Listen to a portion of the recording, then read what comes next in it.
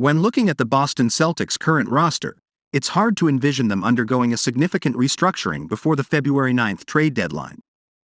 However, according to NBC Sports Boston's Darren Hartwell, reshaping the bench rotation could be worthwhile if the Celtics were to target Josh Hart via trade in an effort to pair him with Malcolm Brogdon off the bench.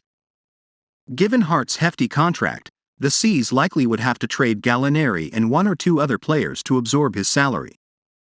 But Hart would be a seamless fit on Boston's second unit as a well-rounded wing who can shoot, facilitate and grab rebounds. A bench led by Brogdon and Hart would be quite formidable, Hartwell wrote. Hart is currently in the second year of his three-year $37.9 million deal that sees him take home $12.9 million per season. It's also worth noting that Hart has a player option for next season, meaning he could choose to opt out of his contract and become a free agent. As such, Brad Stevens would likely seek assurances that Hart would opt in to that final year if he was to target him via trade.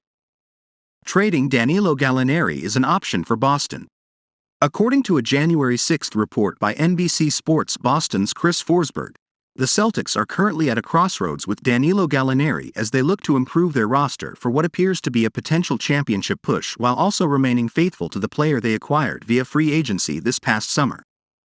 But first, if you are new to the Celtics news channel, take advantage and subscribe so you don't miss the latest news that happens in the world of basketball.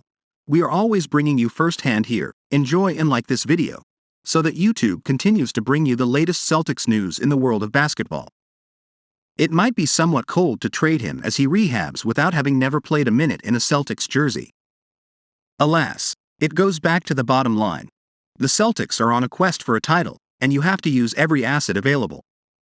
Gallinari's $6.5 million salary creates avenues for adding talent that might preserve a diminished draft stash and potentially keeps from adding to a stiff luxury tax bill, Forsberg wrote.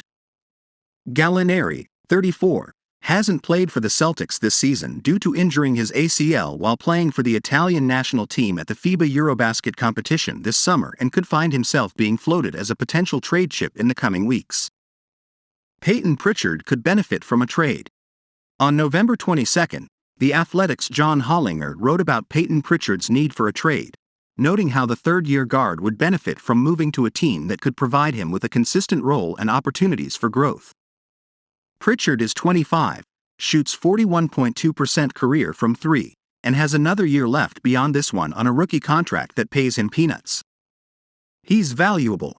He's just less valuable to Boston right now than almost any other team. In his case, one out would seem to be as a trade chip to get Boston another big man. The Celtics have thus far survived the absence of Robert Williams III, with the help of some solid contributions from scrap heap pickup Luke Cornett, but the injuries to Williams and Gallinari exposed what is perhaps the one weakness on a loaded Boston team, Hollinger wrote. Having struggled to crack the rotation since the arrival of Malcolm Brogdon this summer, it would make sense for Boston to look at ways of moving on from Pritchard. However, they may wait until the summer, as the sharpshooting guard provides exception insurance in case of injury.